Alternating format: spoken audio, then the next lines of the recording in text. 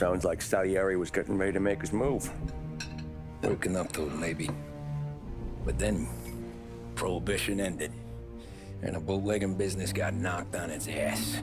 Oh, that fighting over booze meant next to nothing. It took us a few years to recover. But when we did bounce back, boy, it was something. We took what dough we had from the moonshine and Canadian whiskey and invested it into new records. Some of them even legal. Construction, restaurants, trucking, gambling. We branched out into everything, except peddling dope. And by 35, things were looking up. We had good money rolling in on the regular. I had a wife and daughter. Sam was running a club for the Don. Even Paulie had a few records of his own.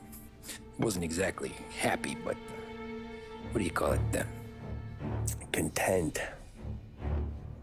Yeah, that was it.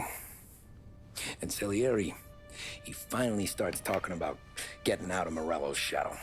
Maybe buying our own cops, our own politicians.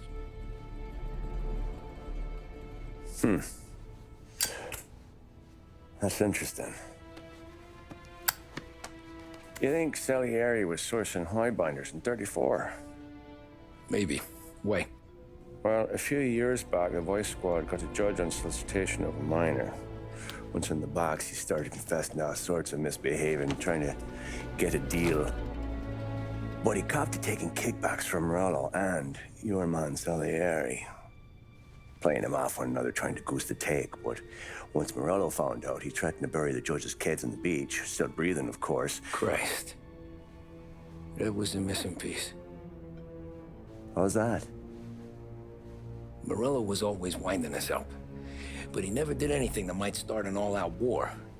Learning Salieri was building his own bench must have finally tipped his scales. Because in 35, he hit us with both barrels.